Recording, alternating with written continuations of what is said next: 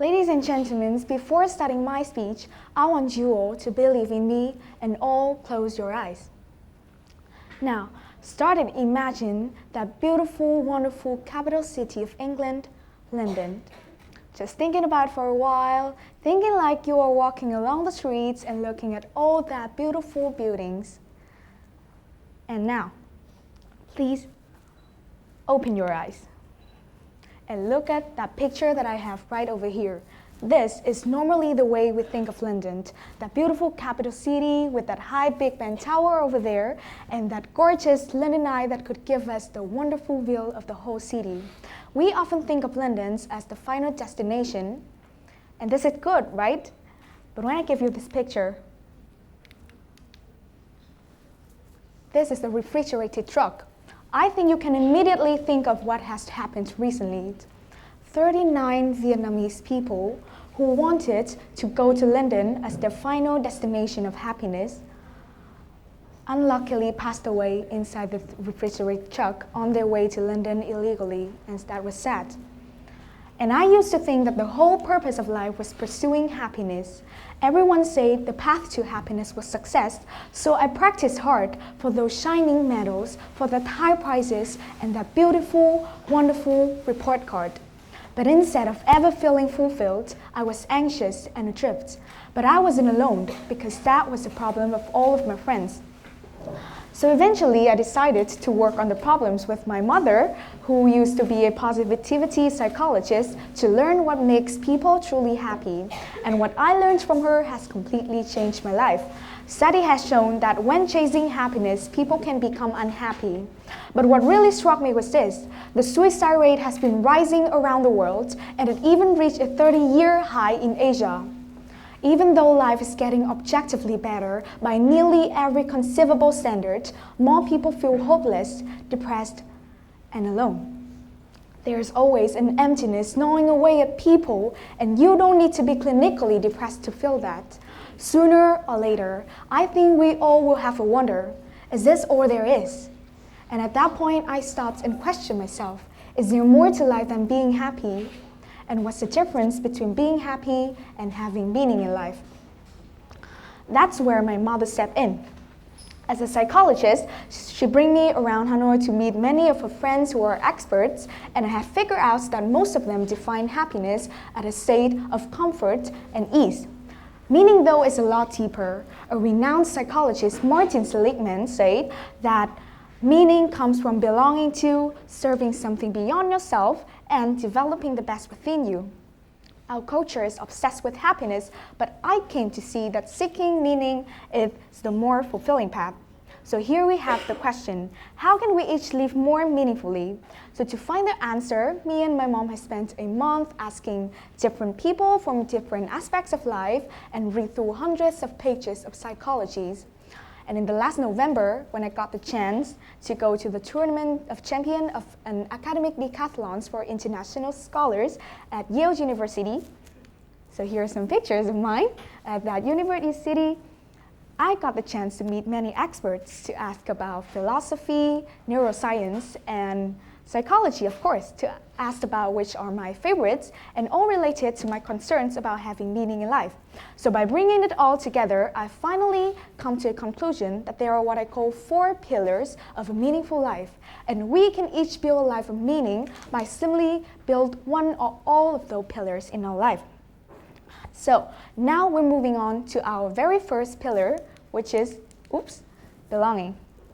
Belonging comes from being in relationships where you're valued intrinsically and where you value others as well. But some groups and relationships deliver a cheap form of belonging where you're valued for what you believe, who you hate, and not for who you are. True belonging springs from love.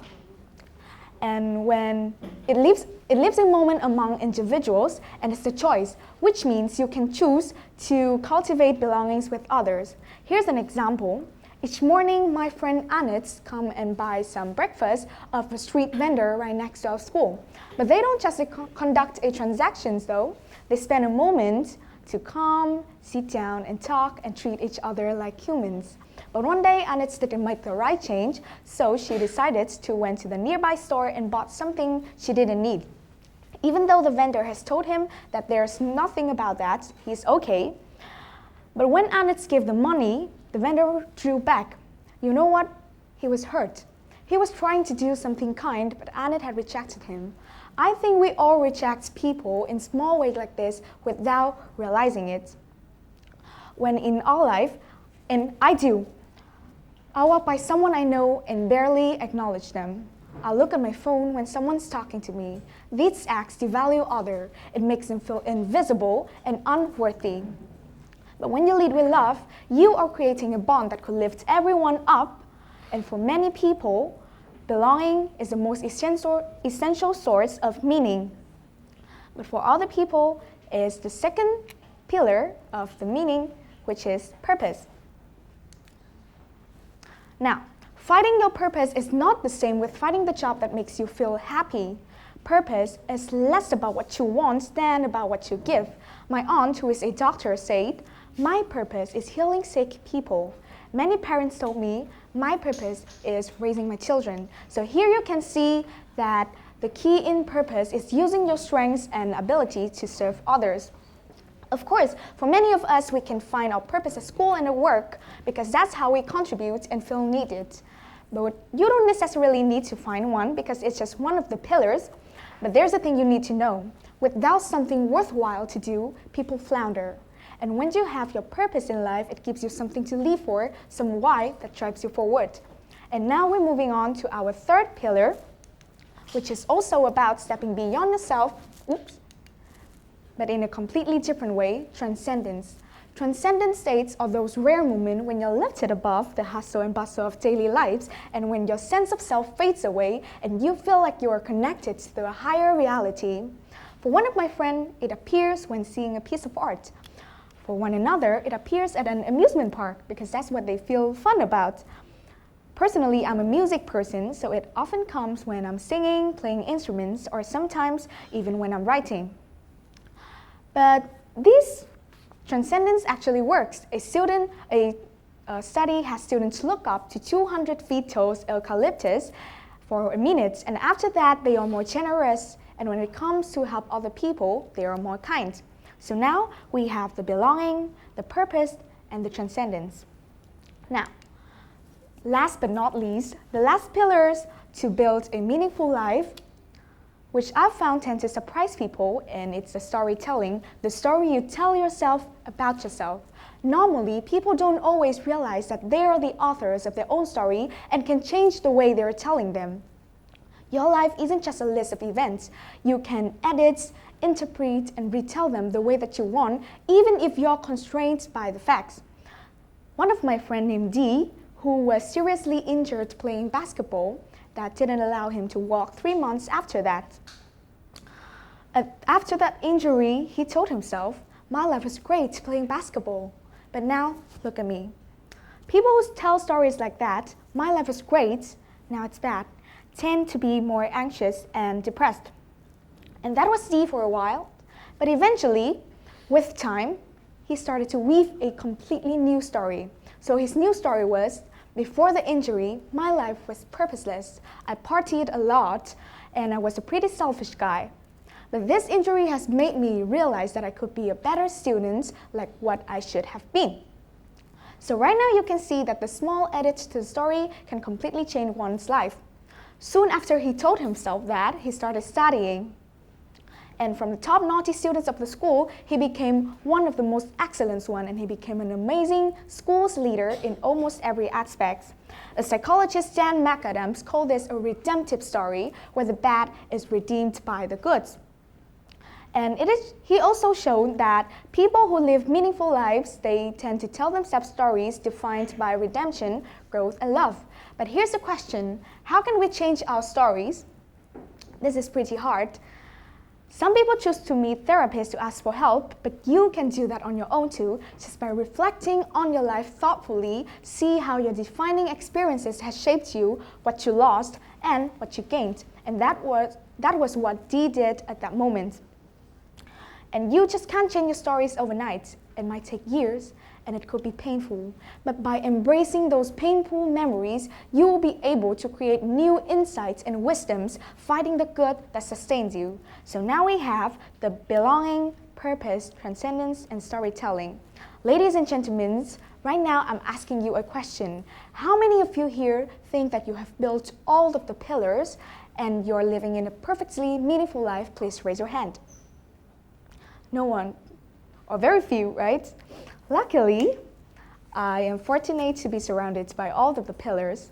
My parents, they are the positive, liberal, free-spirited humans of the higher social class, and they are very into personal development. That's why growing up, I have them as my life coaches and mentors. They make me feel secure for always being protected, and they help develop my creativity, also help decide my life purpose. Their practice also involved serving all creations through small acts of love, which means being kind even when people wronged you. So looking back, I now realize that my parents have really made my life a sense of meaning. Those pillars, they are the part of the architectures, and the presence of that pillars has really made our lives become more meaningful.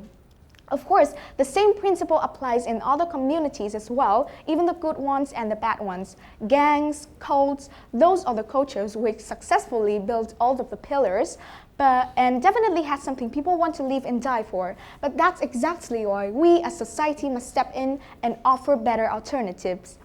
People want to live meaningful life, but that takes work, and it's an ongoing process.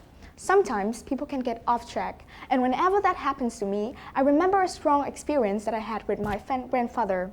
Several days after I went back from the United States, my grandfather had a massive heart attack that could have killed him. Luckily, he survived. And when I asked him what was going through his mind when he faced death, he said that the only thing he could think of is needing to live so that he could be there for my grandmother, my dad, my mom, for me. Those gave him the wills to fight for life. When he went under anesthesia for emergency surgery, instead of counting backwards from 10, he repeated our name like a mantra. Lying there, facing death, there's a reason for him to stay alive: love. His sense of belonging within his family, his purpose as the dad, as the grandfather, his transcendent meditation, repeating our names, those are the reasons that make him stay alive. And that's the story he tells himself. That's the story he tells us. And that's the power of meaning. Ladies and gentlemen, happiness comes and goes. But when life is good and when things are bad, having meaning in life is something you can hold on to. Thank you.